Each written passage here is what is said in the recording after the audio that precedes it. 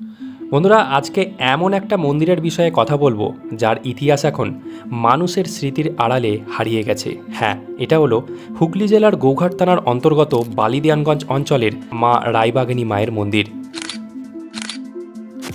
বর্তমানে ভগ্নপ্রায় এই মন্দিরের প্রতিষ্ঠা কে করেছিল বা কত সালে হয়েছিল সেটা বলা খুব মুশকিল।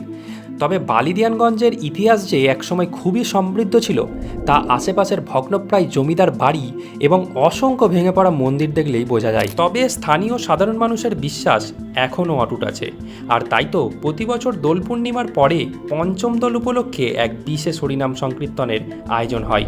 আশেপাশের গ্রামের মানুষেরাও যোগদান করে এই হরিবাসর উৎসবে। ঠিক প্রতি বছরের মতো এই বছরও এখানে হরিনাম সংকীর্তনের আয়োজন করা হয়েছিল। 2 থেকে 3 দিন ব্যাপী এই অনুষ্ঠানের শেষ দিনে থাকে ভক্তবৃন্দদের জন্য অন্নভোগের আয়োজন।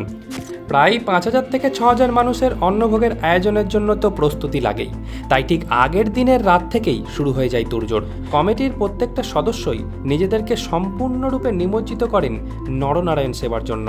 আসলে সেবাই তো পরম ধর্ম, তার জন্য না হয় একটু পরিশ্রমী হলো। কুর্নিশ জানাই রাধাবল্লভপুর গ্রামকে, আর তার সাথে জাগরণী সংঘের প্রত্যেকটি সদস্যকে। এই ভিডিওটা যদি ভালো লেগে থাকে তাহলে একটা শেয়ার করে দিতে পারেন।